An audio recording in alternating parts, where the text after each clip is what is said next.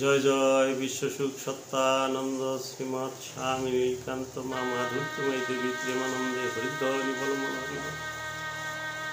রাধা কৃষ্ণ প্রেমানন্দে হরিধ্বনি বলমন হরিব।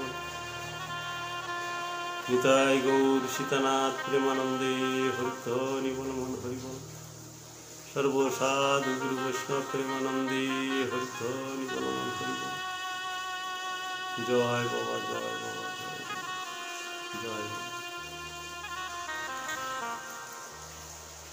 অনাদি অনন্তকাল থেকে ঠাকুরের লীলা চলে আসছে। সবাই আমরা ঠাকুরের লীলার শরীর, তাই তার কথা আমরা ভুলতে পারি না। তার কথা শুনতে কার না ভালো লাগে। কোনো মানুষ বলতে পারবে না যে ঠাকুরের কথা আমার ভালো লাগে না, কারণ তিনি তো ওতপ্রোতভাবে জড়িত আমাদের সঙ্গে। তার প্রত্যেকটা শক্তির সঙ্গে আমরা জড়িত।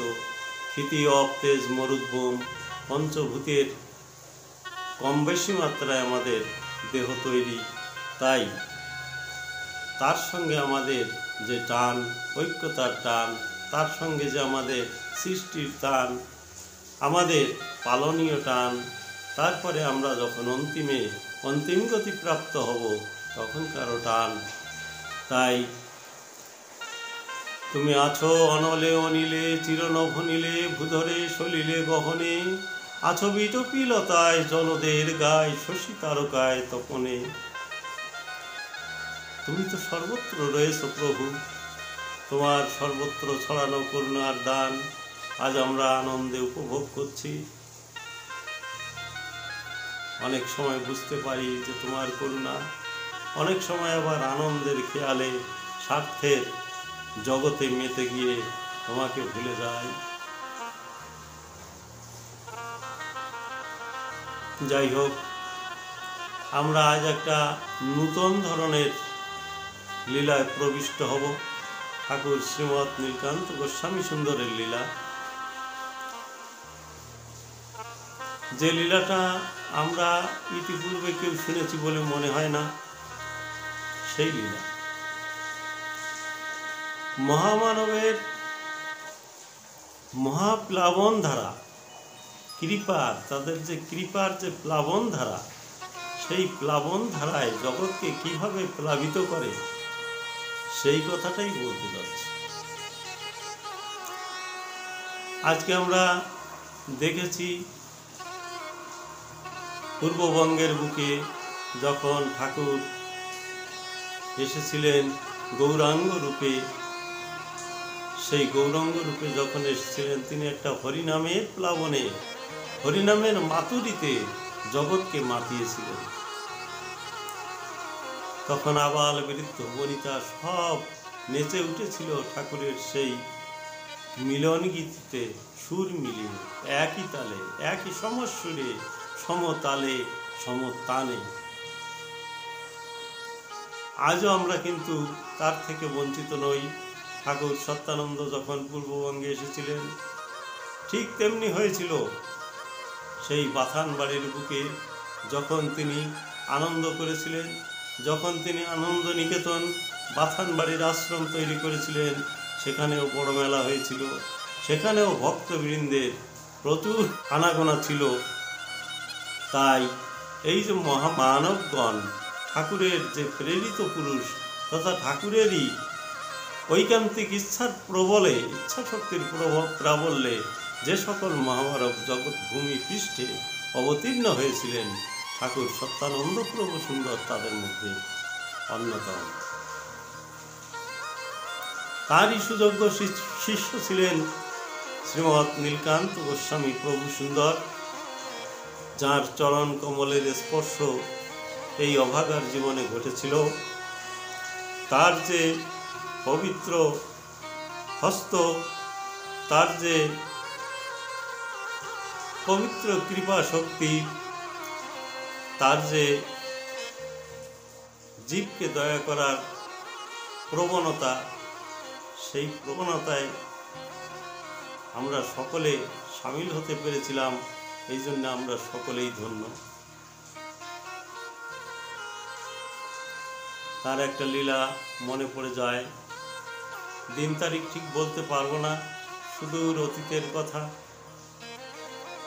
কর্ণাটক বাসী, যে কর্ণাটক পবিত্র ভূমি, যেখানে শ্রী রামচন্দ্র প্রভু সুন্দর যুগ পুরুষোত্তম, লীলা পুরুষোত্তম, যে ঠাকুর রামচন্দ্র জন্মগ্রহণ করেছিলেন অযোধ্যাতে, কিন্তু তার কর্মকাণ্ড ছিল কিষ্কিন্ধা, এই কর্ণাটকে, যেখানে বালিকে বধ করেছিলেন, যেখানে সুগ্রীবকে সঙ্গে নিয়েছিলেন, বানরদেরকে যেখানে তিনি আপন করে নিয়ে চলেছিলেন, বনের পশু, তাই না, বনের পশুকেও তিনি বাদ দেননি, তিনি কাছে টেনে নিয়েছিলেন। সেই প্রভু সুন্দরের লীলাভূমি হচ্ছে দণ্ডকভূমি। সেই দণ্ডকভূমির অংশ বলা যায় কিষ্কিন্ধাকে।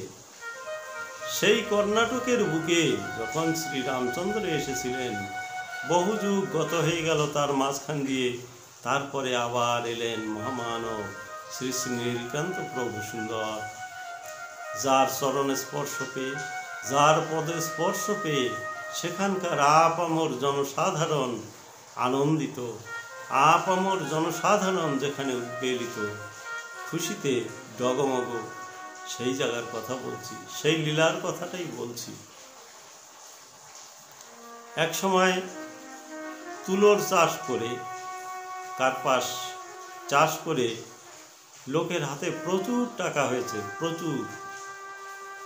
যখন মানুষ প্রয়োজনের অতিরিক্ত টাকা হাতে পায়, তখন মনটা অন্যদিকে চলে যায়। তেমনি মানুষ হিতাহিত জ্ঞানশূন্য হয়ে তখন কেমন যেন একটা বিশৃঙ্খল ধারায় প্রবাহিত হয়ে চলেছে। একজন বুদ্ধিমান লোক ছিলেন,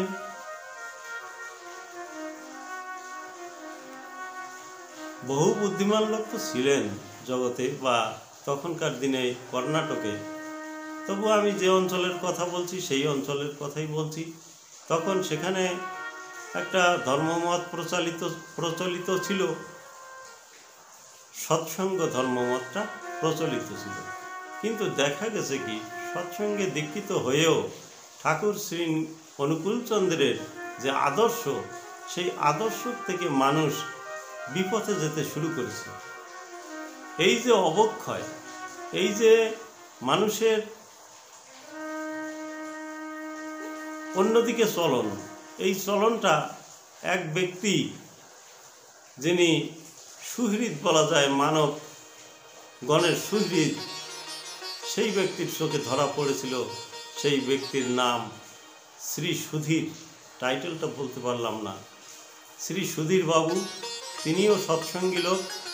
তিনি একসময় সকল ভাইদের ডেকে বললেন, দেখ, আমাদের মধ্যে ঠাকুরের যে আদর্শ, ঠাকুর অনুকূলচন্দ্র যে আদর্শে আমাদেরকে আদর্শিত করতে চেয়েছিলেন, আমরা তেমন হতে পারিনি রে। আমাদের পথধারা যেন ভ্রষ্ট হয়েছে, আমরা অন্য বিপথে চলেছি পথকে ত্যাগ করে দিয়ে। তাহলে আমাদের এখন কি করা প্রয়োজন? আমাদের যদি কোনো পতিত পাবনী গঙ্গা, যেমন সগর রাজার বংশধরদের উদ্ধার করার জন্য ভগীরথ গঙ্গাকে এনে সেই সগর বংশকে উদ্ধার করেছিলেন, তেমনি আমাদের এখানে যদি আমাদের মধ্যে এই বিশৃঙ্খলতা, এই উচ্ছৃঙ্খলতা দূরীভূত করে আমাদের মধ্যে যদি শান্তির প্রস্রবণ দ্বারা আনতে হয়, তাহলে একজন মহামানবের প্রয়োজন। তাহলে সেই মহামানব কে আসবেন? ঠাকুরের কৃপা তো রয়েছেই, ঠাকুর অনুকূলচন্দ্র তো কৃপা করে রেখেছেনই, সে কৃপা তো রয়েছে। কিন্তু এখন দেখা যাচ্ছে যে আমাদের বিশৃঙ্খলার প্রাবল্য এত, যে এখানে আমাদের একজন জীবন্ত সদ্গুরু প্রয়োজন, এবং জীবন্ত মানুষ দরকার, জীবন্ত দেহধারী, যিনি এসে সাক্ষাতে কিছু বলতে পারেন। সকলেই বললেন তাহলে কাকে আনা যায়? তো বললেন দেখো আমার নজরে আমি যা দেখেছি, আমার নজরে একমাত্র এখন শ্রী নীলকান্ত গোস্বামী প্রভু ছাড়া আর তেমন লোক আমার নজরে আসছে না। হয়তো রয়েছে কিন্তু আমার নজরে আসছে না। তাকে কি করে আনা যাবে? যে আনতে হবে। কোথায় পাবো? তাহলে তার যে আশ্রম রয়েছে গুন্ডাপল্লী মহারাষ্ট্রে, সেইখানে যেতে হবে। সবাই মিলে বুদ্ধি করলেন যে এক কাজ করো, আমরা পয়সা তোমাকে দিচ্ছি, তুমি নিজে যাও, তুমি গিয়ে সেইখানে এই ব্যবস্থাটা করে এসো, ঠাকুরকে নিয়ে এসো।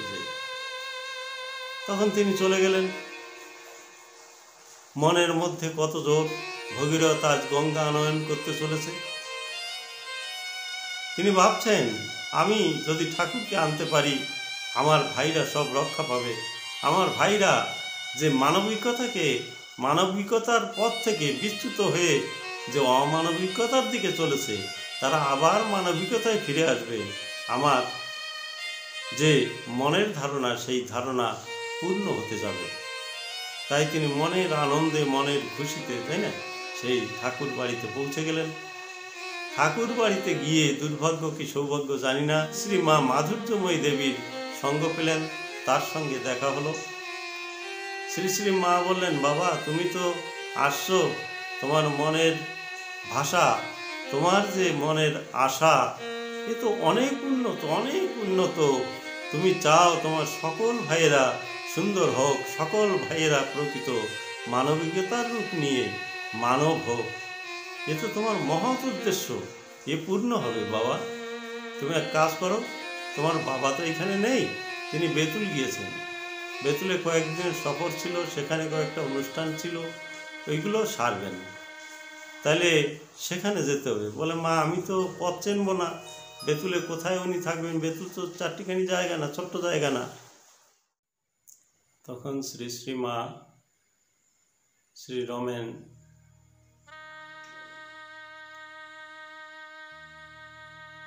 সাধুকে বললেন, রমেন তুই যা, এই বাবাকে নিয়ে তোর বাবার কাছে যা, বেতুলে যা। তখন শ্রী রমেন বেরিয়ে পড়লেন বেতুলের উদ্দেশ্যে। বেতুলে গিয়ে পৌঁছলেন উভয়ে। পৌঁছে যে গ্রামে গেলেন সেখানে ঠাকুরকে পেলেন না। ঠাকুরকে না পেয়ে সেখান থেকে অন্য গ্রামে গেলেন যেখানে ঠাকুর রয়েছেন, সেইখানে যে ঠাকুরের সঙ্গে দেখা হলো। ঠাকুরকে সুধীরবাবু সব ঘটনা বললেন। শুনে ঠাকুরও খুব মর্মাহত হলেন যে একজন মহামানব, যিনি যুগ পুরুষোত্তম যাকে আমরা বলে থাকি, সেই মানুষের কাছ থেকে দীক্ষিত হয়ে তারপরেও মানুষ বিপথে চলে যাচ্ছে শুনে তিনি খুব মর্মাহত হলেন। তিনি বললেন, ঠিক আছে, আমি গিয়ে যদি তোমাদের কোনো মঙ্গল হয়, আমাকে পেয়ে যদি তোমাদের সকলের আনন্দ বর্ধন হয়, সকলের মনে আবার পূর্ব সেই ভাব, সেই ঠাকুরের স্মৃতি ফিরে আসে, তাহলে আমার যেতে কোনো আপত্তি নেই, আমি যাব। তবে বাবা আমার এখানে তো দুদিনের প্রোগ্রাম রয়েছে, ভক্তবৃন্দ সব কত আশা নিয়ে বসে আছে, বহু বর্ষ পর এখানে এসেছি, তাই তুমি এক কাজ করো, যদি দুদিন থাকো তাহলে একত্রে যাব, আর যদি তুমি খুব ব্যস্ত হয়ে যাও তাহলে তুমি রওনা দাও বাড়িতে, আমি আসবো, তোমাকে কথা দিলাম। ঠাকুরের কথা পেয়ে সুধীরবাবু বাড়িতে ফিরে গেলেন, আর শ্রী রমেনবাবু তিনি রয়ে গেলেন ঠাকুর শ্রী নীলকান্ত গোস্বামীজির সঙ্গে। তখন সুধীরবাবু বাড়িতে এসে বৃত্তান্ত সকলকে জানালেন এবং সকলে শুনে খুব খুশি হলেন যে যাই হোক ঠাকুর আসবেন। আমাদের মনের ভ্রান্তি, আমাদের মনে কোথায় দুর্বলতা রয়েছে সেগুলোকে তিনি ঠিক করবেন। শুনে তাদের খুবই আনন্দ হলো। ঠাকুর ঠিক কথা দেওয়া সময় অনুসারে ঠাকুর পৌঁছালেন সেই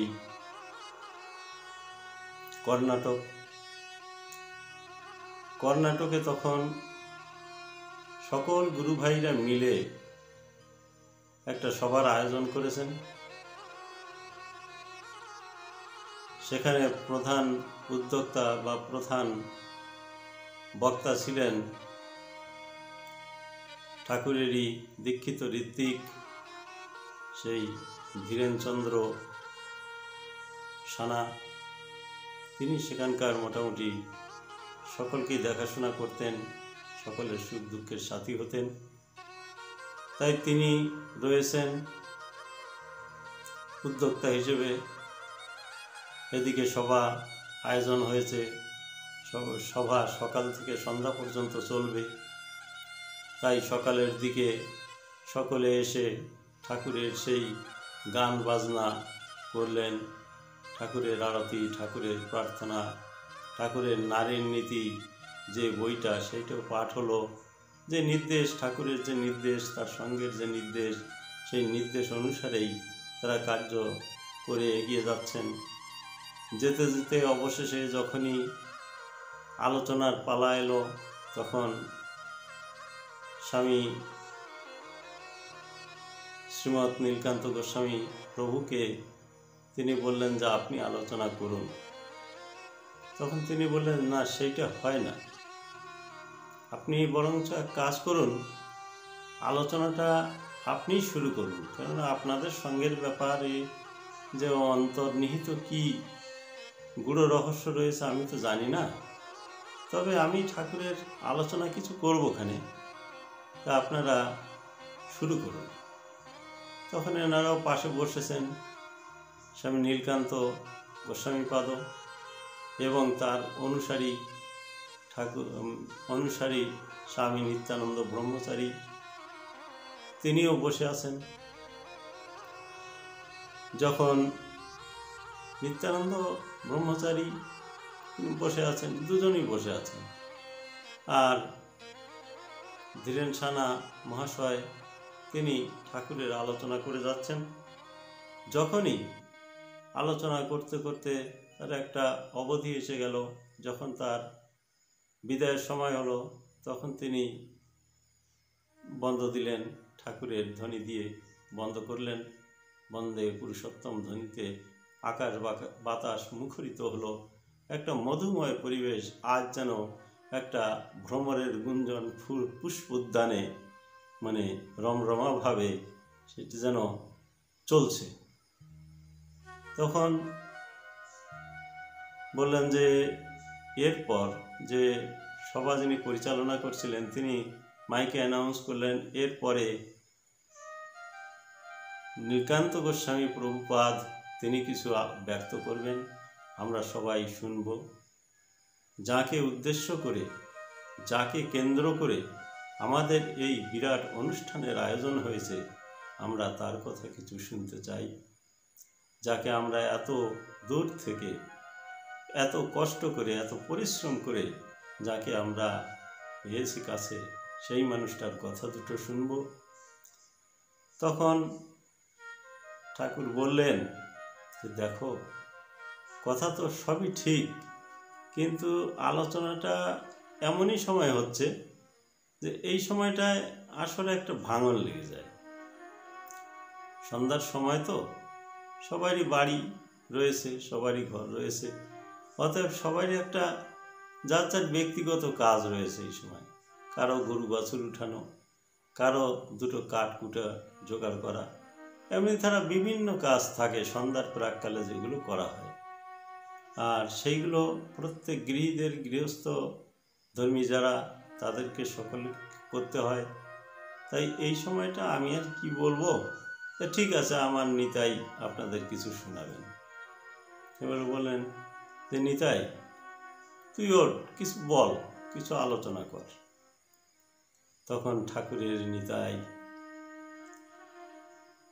নিত্যানন্দ স্বামীজি তিনি আসরে গিয়ে ঠাকুরকে প্রণাম করে আসরে গিয়ে দাঁড়ালেন। মনে হচ্ছে যেন উদীয়মান সূর্য অস্ত যাচ্ছে না, সূর্য যেন আবার কিছুক্ষণের জন্য থমকে গেল, তার গতিপথ বন্ধ করে দিয়ে যেন একটু অচল হয়ে দাঁড়িয়ে থাকলো। উদীয়মান সূর্য শ্রী শ্রী স্বামী নিত্যানন্দ ব্রহ্মচারী মহারাজ তিনি দাঁড়িয়েছেন। আসর এখন যেন থমথমা ভাব, সবাই যেন কি আনন্দে বিভোর হয়েছে এ বুঝিয়ে বলা যায় না। আপনারা যারা কোনোদিন সেই স্বামীজির কণ্ঠে যদি তার বাণী, তার আলোচনা শুনে থাকেন তাহলে অনুভব করতে পারবেন।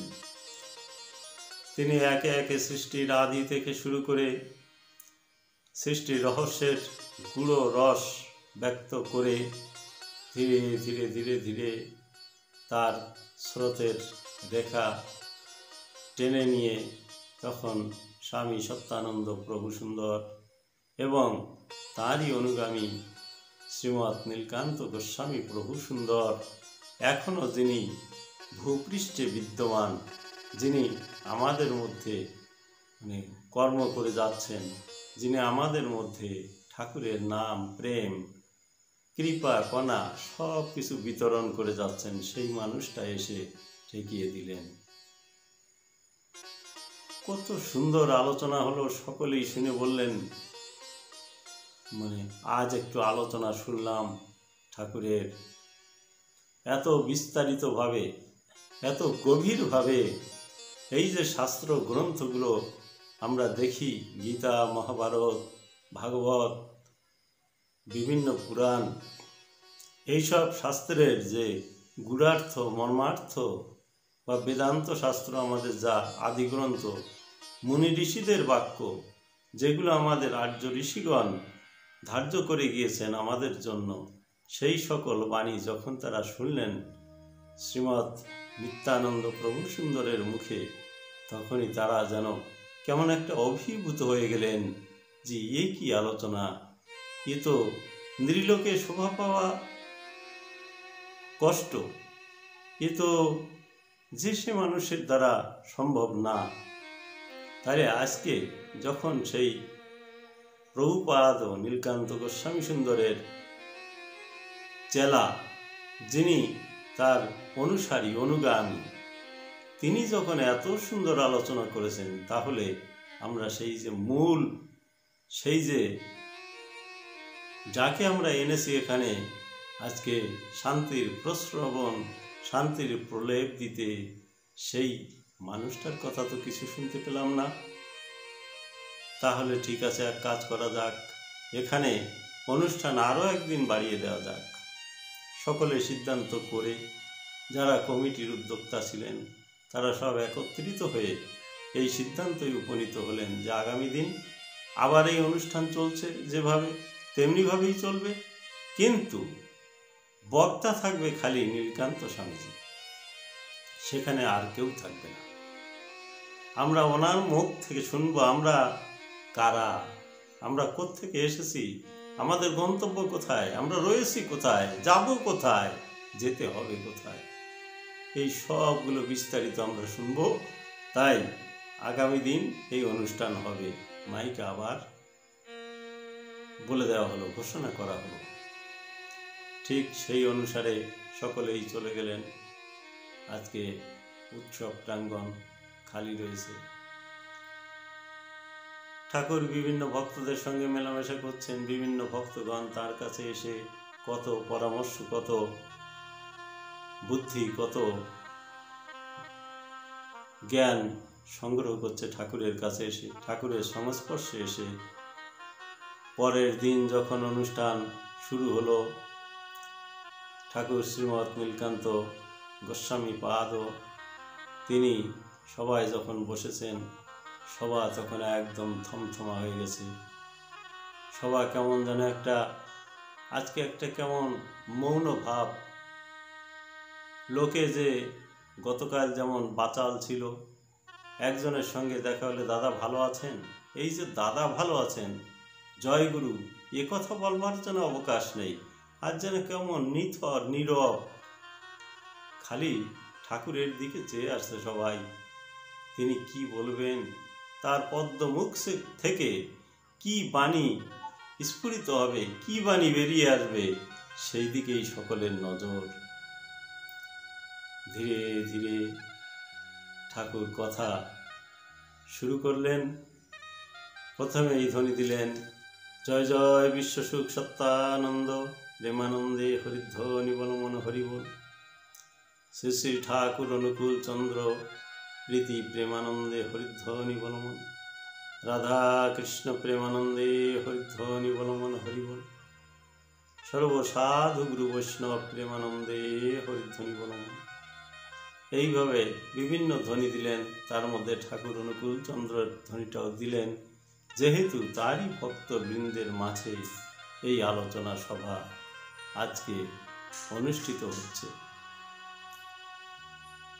তিনি বললেন, আমরা অনন্তের যাত্রী, আমরা অনন্ত যুগ থেকে এমনিভাবে আমাদের আসা যাওয়া চলছে। কত অনাদি তার কোনো হিসেব করে পাওয়া যায় না। যেটা আমরা জানি, ঈশ্বর পরম কৃষ্ণ সচ্চিদানন্দ বিগ্রহ, অনাদিরাদি গোবিন্দ সর্বকারণ কারণম। এই যে শাস্ত্রবাণী রয়েছে, এই শাস্ত্রবাণী উদ্ধার করা সম্ভব নয় জীবের পক্ষে। আমরা সেই অনুসারে চলতে থাকি। তাই ঈশ্বর যখন নিত্য, জীবও নিত্য। ঈশ্বর পরম ব্রহ্ম, জীব ব্রহ্ম ফুল, বিনাশুতে গাথমালা ছাড়ি জাতি কুল। এই যে সুন্দর বাণীটি, এইটা যিনি দান করেছিলেন, তিনি যুগাচার্য মহাত্মা সুখদেব ব্রহ্মচারী, যুগ পুরুষ, ক্ষণজন্মা পুরুষ, যিনি আমাদের ইহকাল পরকালের পরম গুরু।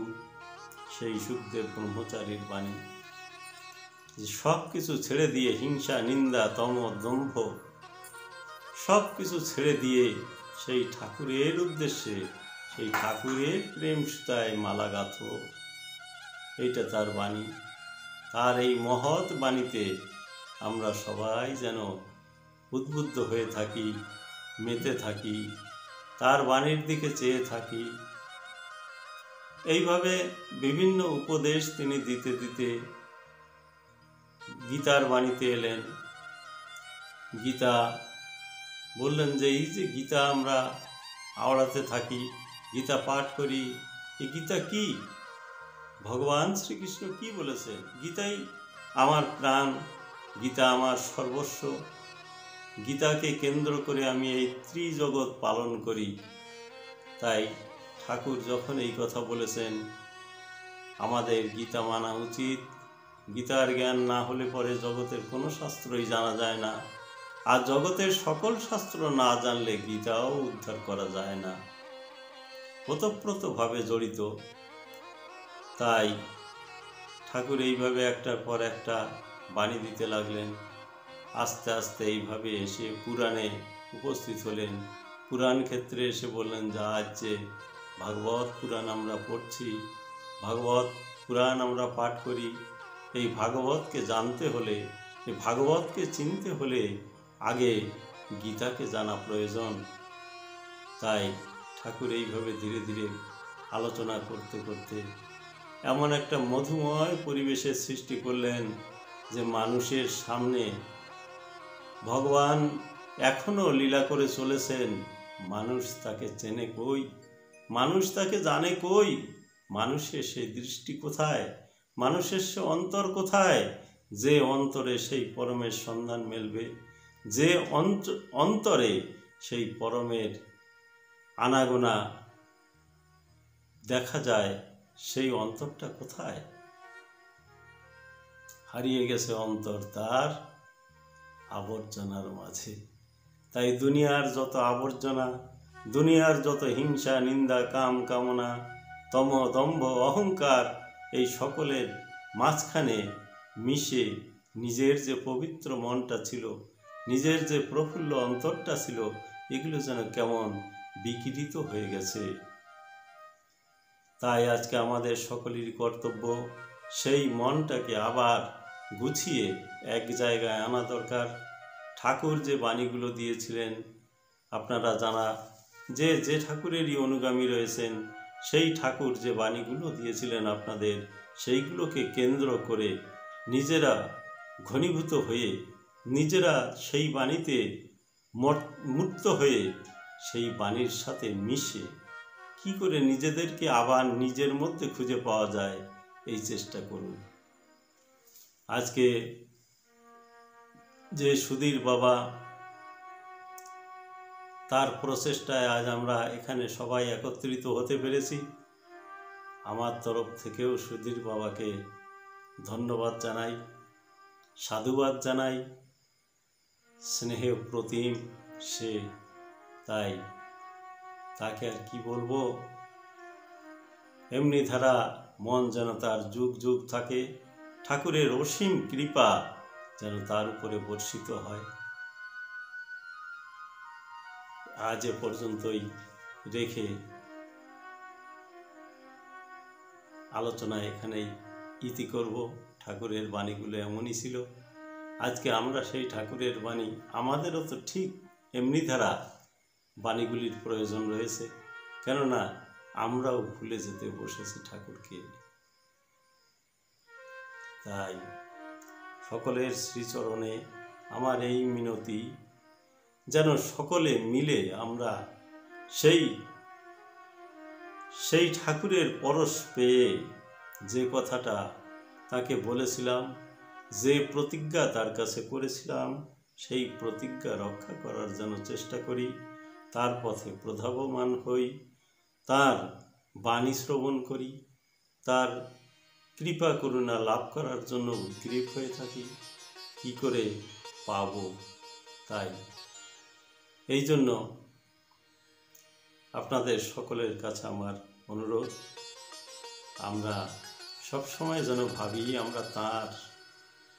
আমরা তার জীব, তার কাছ থেকে এসেছি, তার মাঝেই খেলা করছি, আবার তার মাঝেই বিলীন হয়ে যাব। এই জিনিসটা যেন খালি স্মরণে রাখি। যাই হোক, আমি এই পর্যন্তই রাখছি।